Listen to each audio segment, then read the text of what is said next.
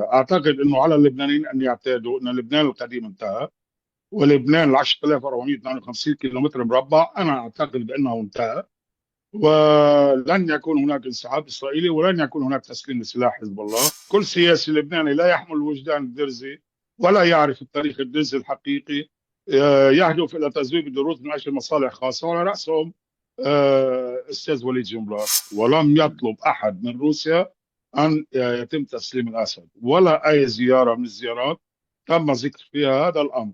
هناك خياران أمام رياض سلامة: أما أن يفقد الذاكرة، أما أن يموت. فهو سيفضل فقدان الذاكرة، لذلك هو الذي اخترع بأن هناك شيء ما في الدماغ.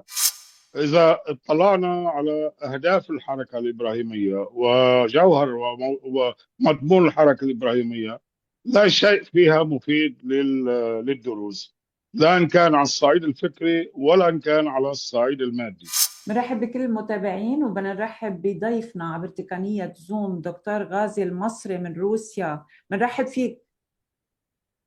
يسعد صباحكم ويسعد صباح جميع المتابعين. أهلا وسهلا فيك. دكتور، في عدة مواضيع رح نحكيها مع حضرتك اليوم. بس في فيديو كان متداول رح نبلش فيه للشيخ نبيل سعد، اللي كان بهيدا الأسبوع الماضي كتير، وهو الاسم هيدا الشيخ من السويدة مرتبط بالحركة الإبراهيمية. فكان الحديث عم ينحكى من فترة بعد سقوط نظام الأسد عن دولة الباشان. اليوم عم ينحكى أكثر عن الإبراهيمية، وخاصة بعد طلب دروز السويدة الحماية من إسرائيل جراء المجازر اللي صارت فيهم.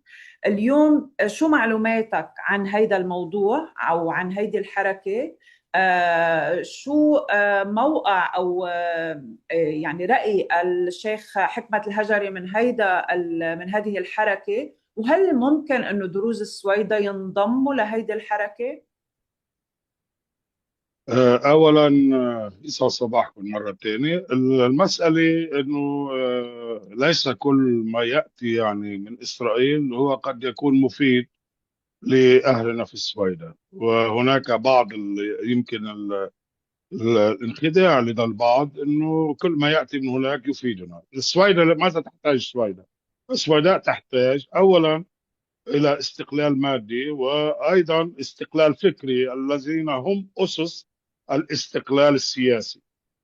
إذا اطلعنا على أهداف الحركة الإبراهيمية وجوهر ومضمون الحركة الإبراهيمية، لا شيء فيها مفيد للدروز، لا إن كان على الصعيد الفكري ولا إن كان على الصعيد المادي، لأنها هي محورها من مؤسسها يعني مش متذكر اسمه، مستشار سابق لرئيس الحكومة الإسرائيلية ومستشار إعلامي لوزير الدفاع الإسرائيلي. محورها الدبلوماسية الإبراهيمية، والتي تعتمد على نبي إبراهيم فكريا وفلسفيا، لا علاقة للدروز بهذا الأمر.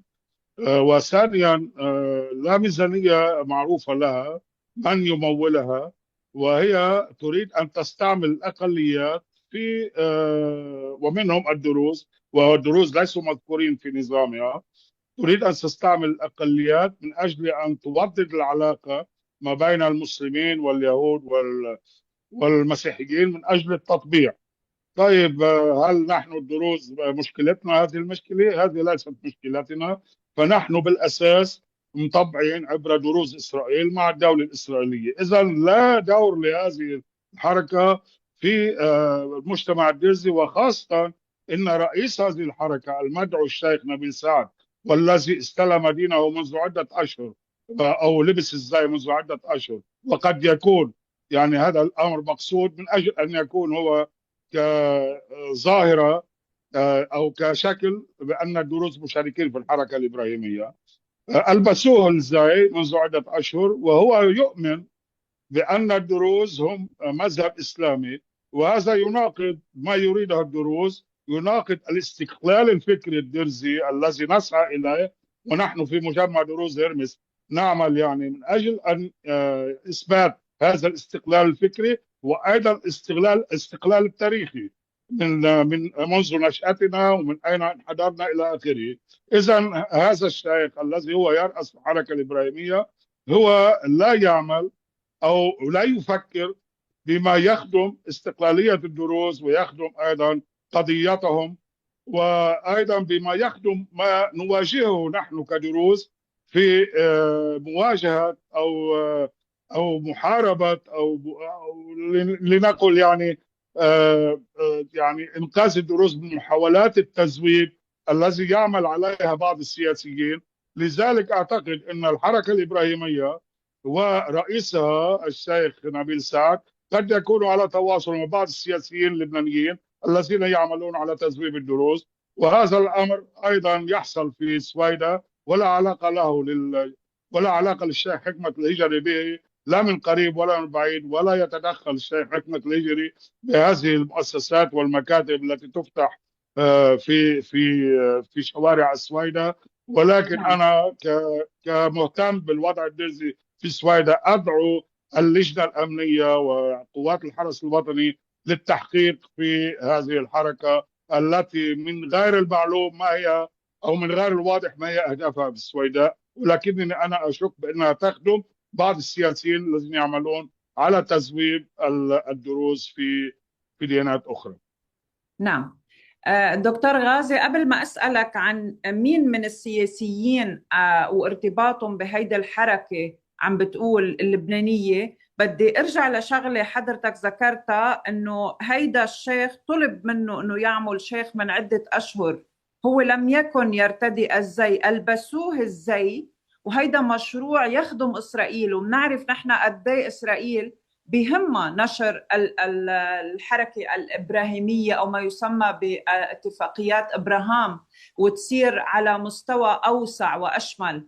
اليوم هل أنه طلب الحماية من إسرائيل للدروز رح يلزمهم بالدخول بهيدا المسار، خاصة وأنه في الأشخاص المقربين اليوم بعدة مقابلات طلعوا معنا عم يحكوا عن الجاسوس، ما يسمونه للشيخ حكمة الهجري بجاسوس إسرائيل، لأنه بيعتبره هو المشكلة بسوريا اليوم. هل عم بتنفي أنه يكون له علاقة بهذا الموضوع؟ مزبوط؟ الشيخ حكمة الهجري هو الوجدان الدرزي وليس جاسوس لأحد. هو يحمل القضية الدرزية بكافة جوانبها، وكلام هذا بأنه جاسوس أبدا هذا مرفوض رفضا قاطعا. من ألزم دروز السويداء على طلب الحماية من إسرائيل هم العرب والمسلمين بحد ذاتهم بأغلبهم، الذين وقفوا متفرجين على محاولة الإبادة 27 في تاريخ العلاقة بين الدروز والمسلمين، الإبادة 27. ونحن في دروز هرمس قدمنا تقرير ووثيقة موجودة عن هذه المجازر، وفي كل هذه المجازر كان العرب والمسلمون يتفرجون ويدعون في مساجدهم إلى لبت لبت وإلى الجهاد ضد الدروز، وما زالوا اليوم في مدارسهم، وهذه هي سلطة الجولاني، يوزعون مجانا كتب ابن تيمية لتكفر الدروز والشيعة واليهود والمسيحيين وإلى آخره، وتدعو إلى قتلهم وإلى آخره. إذا من أجبر الدروز السويداء وعلى رأسهم سماحة الشيخ حكمة الهجري على طلب العون من إسرائيل، هو أولا من دروز إسرائيل هم العرب والمسلمين وسلطة الأمر الواقع في إمارة الجهاد السورية. إذا هذا الكلام مرفوض، ما يقال عن الهجري رفضا قاطعا. أما بالنسبة للحركة الإبراهيمية، نعم هي تنفذ أحد يعني مآرب بعض الأطراف السياسية في إسرائيل، وليس بالضرورة جميع هذه الأطراف. هناك من يريد منبر ليظهر يعني ليظهر بعالم السياسة بأنه هو يعمل من أجل التطبيع ويعمل من أجل السلام في هذه المنطقة. لو كانت هذه حركة السلام الآن لكنا فهمنا بأنها هي حركة واسعة، حركة إنسانية، ولكن هذه الحركة الإبراهيمية محددة بالدبلوماسية الإبراهيمية وبالنبي إبراهيم في جوهرها، وهذا قد يدعو إلى تزويب، قد يكون تزويب الآخرين في اليهودية أو فيما أحد المذاهب اليهودية، وهذا أمر بكل الأحوال مرفوض درزيا. نحن نحارب تذويبنا بالإسلام ليس لكي نذوب لا باليهودية ولا بالمسيحية ولا بالبوذية ولا بالإبراهيمية، طيب فهذا الأمر مين محسوم. نعم. مين قصدت وقت قلت انه هدفه بعض السياسيين اللبنانيين تذويب الدروز، واكيد له مصلحة بهيدا الموضوع.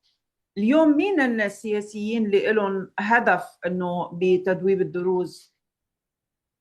كل سياسي لبناني لا يحمل وجدان الدرزي ولا يعرف التاريخ الدرزي الحقيقي يهدف إلى تذويب الدروز من أجل مصالح خاصة، وعلى رأسهم أستاذ وليد جنبلاط الذي دعا أكثر من مرة إلى يعني الذوبان بطريقة مباشرة بالإسلام.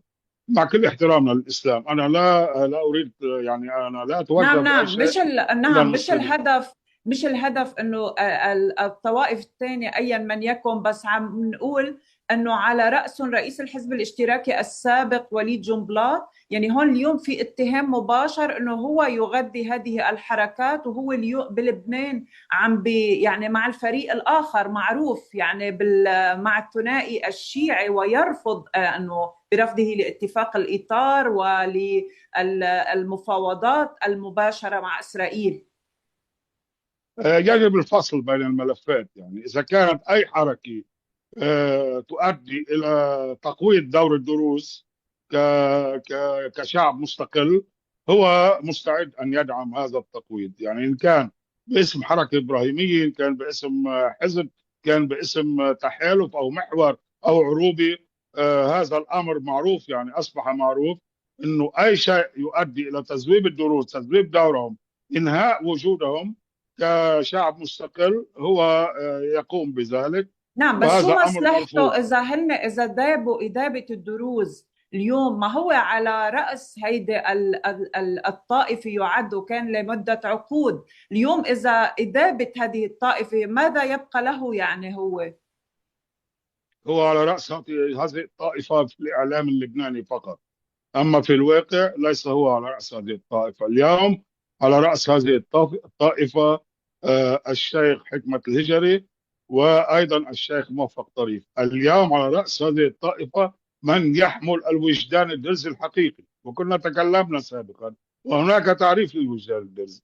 اولا عليه ان يعترف، ونحن قدمنا كل الاثباتات بالاصول الدروز وفلسفتهم الممتده الى آلاف السنين، وقدمنا أيضا الوثائق وفيديوهات موجودة. واليوم حطيت اليوم فيديو أنا عن أحد المغردين المصريين اللي تكلم عن الدي ان اي، مع أنه تكلموا كثيرون يعني من الدروز، نعم والدكتور فؤاد شيا وغيرهم تكلموا، ولكن لا يقتنع. يعني أتباع وليد جمرات يسخرون من العلم ويسخرون من العلوم، ولكن يعتبرون ان ما يقوله زعيمهم هو العلم، هو العلوم، هو اينشتاين، وهو يعني نيوتن، وهو شو اسمه، هو ابراهيم، حتى هو ابراهيم، وهو كل الملائكه والى اخره.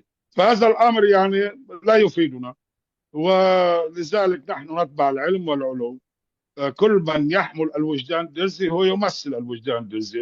جنبلاط وغيره كثيرون يعني من السياسيين اليوم طب ونواب، مين حتى من غير التغييريين، مين غير حتى من رئيس الحزب التغييريين. الاشتراكي اليوم عم بغزة، مثل ما عم تقول حضرتك هيدي الحركة بالسويدة؟ كل من هو يعني يدعم البلعوس وسليمان تقي الدين. طيب بسؤال أخير عن هذا الموضوع لحتى أنتقل لمواضيع تانية. اليوم عم بتقول في توافق بين الشيخ موفق طريف والشيخ حكمة الهجري في هذه الطائفة، يعني في توافق لحد معين. بس هل على علم الشيخ موفق طريف وعلى توافق مع الشيخ آه، الشيخ نبيل سعد اللي قام بهيدا العمل أو هيدي الحركة ودعا الدروز إلى الانضمام للإبراهيمية؟ الحقيقة أول شيء فيش توافق يعني بين الشيخ موفق طريف والشيخ الهجري، يعني لا يتكلمون بهذه الحركات وإلى آخره. يعني هذا التوافق بيناتهم على انه الدروز السويداء هم يقررون مصيرهم، نعم، هيدا ولا ما احد يولي قصدته، أنه عليهم. توافق على نعم. شأن الدرزة. نعم، على الشأن الدرزي العام هناك توافق، وأيضا هناك توافق درزي عام على أن الشيخ موفق طريف والشيخ ليجري هم يمثلون الدروز، لأنهم يحملون وجدان الدرزي ولا أحد غيرهم. أما من يتسلق ويدفع للإعلام لتصويره بأنه هو زعيم الدروز، هذا معروف، يعني الإعلام اللبناني كيف يعمل بالمال، ويجبرنا نحن كدروز أن نقبل موقف مدفوع الثمن. وهذا يعني اليوم الوعي أكبر من ذلك وأكبر من هذا الإعلام. أما الشيخ نبيل سعد إذا كان قد يعني أخذ موافقة الشيخ موفق طريف على الحركة الإبراهيمية، شيء طبيعي. الشيخ موفق طريف لا يمنع ولا هو من يعطي الإذن، يعني هناك حكومة إسرائيلية تعطي الإذن، والشيخ موفق طريف لا يمنع أي نشاط لأي أحد، يعني نشاط اجتماعي أو سياسي أو إلى آخره. عندما يحين الوقت ويعني تصبح هذه الحركة هي مؤثر سلبي جدا على الدروز، أعتقد سيكون للشيخ موفق طريف كما للشيخ حكمة الهجري الأسباب الكافية لرفض هذه الحركة ورفض العمل معها. اليوم نحن نقول بأن الشيخ نبيل سعد بذاته، وأنا يعني بالصدفة التقيت معه على ندوات في تويتر وخلافي معه، انه هو يصر على ان الدروز مسلمين ويجب ان يعني يعتمدوا الفروض الخمسه، وهذا سبب الخلاف. انا لا اثق باي انسان درزي يتكلم بهذه اللغه. نحن كامل احترامنا للاخوه المسلمين، انا ارفض ابدا اي حقد على الاخوه المسلمين، وكتبت في ذلك عده مرات انه نعم. كل من يقول ان المسلمين او الاسلام هو عدونا هو ليس درزيا. نحن نحترم جميع الديانات وبين فيهم اخواتنا المسلمين. هناك مذهب تكفيري لدى المسلمين يكفر الجميع كما يكفر الدروز، يكفر المسلمين المعتدلين وغيرهم وغيرهم من الناس، هو عدو الجميع وليس عدو الدروز فقط. نعم. بالانتقال للشأن، نحن يعني مرتبطين كثير، بتعرف قد ايه في تداخل بين سوريا ولبنان اليوم، او عنا كذا حكم لازم يطلع بالعدالة، وناطرين لا يزال الشعب اللبناني ينتظر ان من انفجار المرفأ لأموال المضيعين لغيرهم ما في شيء لحد اللحظة. بسوريا من فترة صدر حكم غيابي بحق الرئيس السابق بشار الأسد، اللي هو موجود كمان بروسيا، وحضرتك موجود هناك. بدي أسألك عن القانون الروسي، لأنه انحكى أنه هيدا الحكم بيخلي روسيا إذا كان في هناك من قرار لتسليم الأسد، القانون الروسي يمنع بعد صدور حكم الإعدام من تسليم الأسد لسوريا. بدي أسألك عن هاي النقطة بالذات. وهذا ليس فقط قانون روسي، بل هذا قانون دولي. يعني نعم، لا يتم بس ولا تسليم بأي أي. طريقة نعم. ممكن أنه حتى إن صار في أنه اتفاق بين روسيا والحكم الجديد في سوريا أن يسلم الأسد. يعني نحن اليوم نتحاور عن موضوع لم يطرح على الطاولة أبدا، ولم يطلب أحد من روسيا أن يتم تسليم الأسد، ولا أي زيارة من الزيارات تم ذكر فيها هذا الأمر.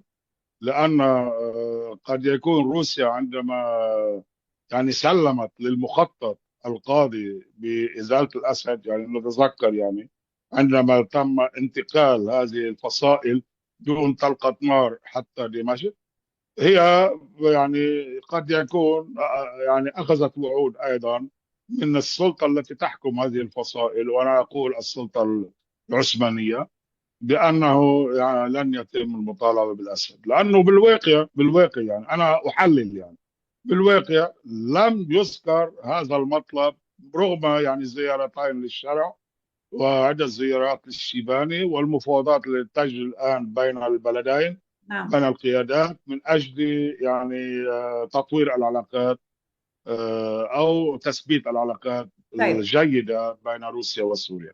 دكتور، بالمشهد اللي شفناه بسوريا انه فرحت الشعب السوري بصدور حكم الاعلام، هلا بنعرف قد ايه في ناس تضررت من حكم الاسد، ان كان الابن او الاب بالعهد السابق. بس اليوم هيدي الفرحه هي ليست يعني سيبقى الحكم حبر على ورق، إذا هيك عم بتقول إنه أصلا ما صار في طرح للموضوع. طيب القاضي اللي صدر الحكم أو الحكم الجديد في سوريا ما بيعرف إنه لما يصدر هيدا الحكم بيكون عم يعطيهم يعني هيدا بصالح الرئيس السابق بشار الأسد؟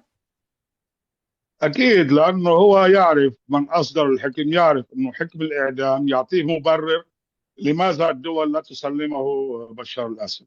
ليه أصدر هذا عملي؟ الحكم ليه هيدا القرار طلع أص... بس للإعلام يعني؟ فقط للشعب المطبل والمزمر، لا أكثر ولا أقل. شعب غبي، يعني مش أقول عن كل الشعب السوري، أقول عن نعم. جماعة جماعة الجولاني يعني. شعب غبي ويطبل ويزمر للإعدام، بالقتل. يعني مجرد ما أن تجدي كلمة إعدام، قتل، ذبح، سبي، يطبلون لها يعني. لو مم. قال يجب أن تمر محاكمة الأسد بقضاء عادل وإلى آخره، كانوا سيهاجمونه ويتهمونه بالخيانة. طالما قال إعدام فيعني هو شيء جيد. هذه ثقافتهم: إعدام، قتل، سبي، ذبح، حرق، تعفيش. يعني هاي بيحكيهم السلطة باللغة، بيحكيهم بذات اللغة اللي بيفهموا فيها. اللي يفهموا يعني فيها فقط. نعم. نعم. لا، نعم. طيب يعني واذا اليوم. اذا يعني اشتدت علي شوي الامور، بيقول لهم هلم الى القتل، قتل العلويين مثلا، ينبسطوا بكيفهم، بيعتبروا حالهم انتصروا. الامينين المدنيين يعني، السالمين. هيدا هذه الشيء ثقافتهم يعني.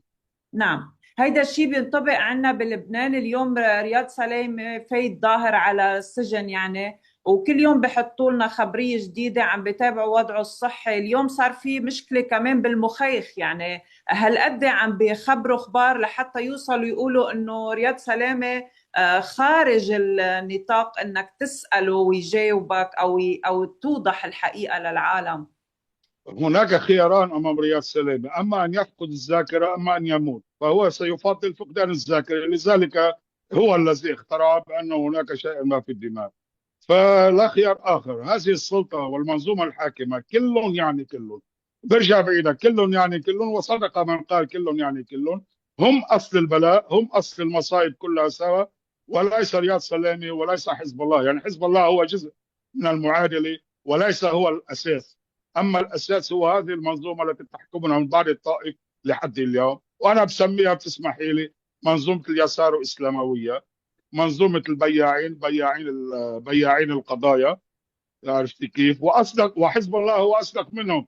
حزب الله اصدق منهم، قال انا ولائي لايران، ومعروف هو يخدم ايران. اما هم لا تعرفين اين ولائهم. هل السعوديه، هل ايران، هل لندن، او هل واشنطن، هل تل ابيب؟ لا تعرفين من ولائهم. كل يعني كلهم. برجع بقول، مثل ما قال احدهم: هم اصل المصيبه، هم دمروا لبنان، هم اوصلوا لبنان الى ما هو عليه، هم سرقوا الودائع، هم فجروا المرفأ. اذا مش بمشاركتهم بتفجير المرأة، بصمتهم عن ما يحصل في المرفأ، لانهم كانوا كلهم يتقاضون اموال نظيفه ويصمتون عن كل خرقات للامن اللبناني من كل الجهات، وليس فقط ايران من خرقت الامن اللبناني، بل دول اخرى. واليوم ايضا هناك خرق للامن اللبناني. لماذا هم يصمتون؟ لماذا تسلل المقاتلين الأجانب إلى الشمال وإلى البقاع وهم صامتين؟ هذا السؤال خليه نعم. يطرحه كل واحد تابع لهذه الطبقة. خليه يطرح شو أنجزت هذه الطبقة منذ الطائف لليوم غير الدمار والخراب. كان هناك شخصية لبنانية بدها تضبط الوضع وتعمل إنجازات للبنان، بغض النظر عن بعض يعني السلبيات بالاقتصاد والصناعه، ما بدنا هسه نفوت فيها، ولكن اعاد لبنان الى الخريطه السياسيه والسياحيه والاستثماريه. الله يرحمه الشهيد رفيق الحريري. وهم ابتزوه، هذه الطبقه ابتزته، وكل مشروع يعني وسرقت يعني اموال منه كي يكمل مشروع بناء لبنان. ولكن يبدو انهم جميعهم شاركوا في اغتياله يعني. وانا اتهام جهه واحده باغتيال رفيق الحريري انا ارفضه، لانه هناك كثير مشاركين باغتياله. لانه هذه الطبقه لا تعيش ضمن الدوله، تعيش فقط ضمن الفوضى. مم. الفوضى والخراب.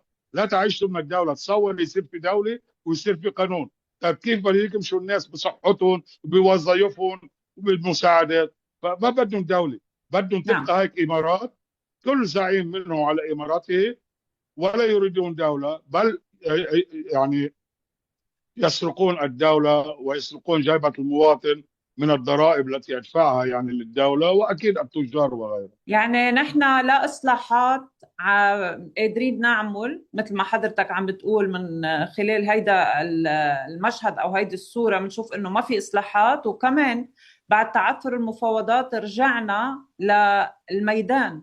يعني اليوم كل العالم ناطرة علي الطاهر، تلت علي الطاهر، والصراع اللي عم بيصير هناك بين الحزب وبين إسرائيل. لوين رايحين؟ على حرب أوسع وأشمل، أو أنه هيدا تصعيد لحين الانتخابات؟ لأنه إذا نتنياهو قدر يحقق شيء قبل الانتخابات يقدمه لشعبه يعني بالداخل الإسرائيلي، بيكون هيدا إنجاز. بعتقد هذا تخفيف للمشكلة اللي نحن فيها، تخفيف لضخامة المشكلة اللي نحن فيها. أعتقد أنه على اللبنانيين أن يعتادوا أن لبنان القديم انتهى، ولبنان ال 10452 كيلومتر مربع أنا أعتقد بأنه انتهى، ولن يكون هناك انسحاب إسرائيلي، ولن يكون هناك تسليم لسلاح حزب الله. وأنا أعتقد أنه يعني قد يكون تقريبا قريبا اتفاق، قد يكون خلال سنة يعني اتفاق بين إيران والولايات المتحدة سينعكس إيجابا على اتفاق بين إسرائيل وحزب الله، ولكن ضمن الخطوط المرسومة دوليا، بما يحافظ على أمن إسرائيل وبقاء حزب الله. فلذلك يعني أنا من بعد أعتقد هيدا أنه الاتفاق يعني من بيرجع لبنان 10452، ولا قدم لن الجنوب يعني؟ يعود. لن انتهى يعود الأمر، انتهى. الجنوب. لن يعود، لن يعود الجنوب، ولن يعود لبنان 10452، لأنه في جزء منه أيضا بيروح لسلطة الجولاني، وهذا يرحبون به بعض اللبنانيين. يعني أنا مش عم بفهم السيادة عندنا بلبنان إلا مفهومين. يعني بالشمال إذا تم خرق يعني سيادة. الشمال هذا اوكي، او اذا تم خرق يعني في اطراف بتقول لا، اسرائيل اعتدت و... وسلطه الجولان لم تعتدي، وفي اطراف بالعكس. يعني نعم. اللبنانيه عندهم انفصام، حتى بمفهوم السياده عندهم انفصام. اما بدي يكون ضد كل معتدي، اما بدي اسكت يعني. فلذلك بعض اللبنانيين هم يؤيدون يعني دخول الشرع، وأن يكون له حصة نعم، بلبنان، لأنه بيعتبروه هذه اليوم الطبقة. امتداد للطائفة السنية يعني، لأنه ما في التفاف حول شخصية سنية، بيعتبروا هو قوة لإلهم. للأسف هم بيعتبروا الإرهابي قوة لهم، ما بيعتبروا مثلا آه، رئيس الإمارات أو رئيس أو ولي سمو ولي العهد السعودي امتداد لهم، بيعتبروا الإرهابي فقط امتداد لهم. هذه مشكلتهم، هاي المشكلة عندهم مش عندنا نحن. هن لازم يعالجوها ويشوفوا يغيروا نظام تفكيرهم شوي تجاه المفاهيم، يعني مفاهيم بالعصر الحديث. هذا نعم. مشكلتهم إن للأسف. شاء الله يعني، إن شاء الله اللي حضرتك هلأ حكيته نكون بعاد عنه وتطلع غلطان، نتمنى، لأنه شيء مؤسف يعني صراحة إنه قضم الجنوب ولن يعود. دكتور غازي المصري، كنت معنا من روسيا بحلقة اليوم، بدي أشكر حضورك، شكرا لك. شكرا لك.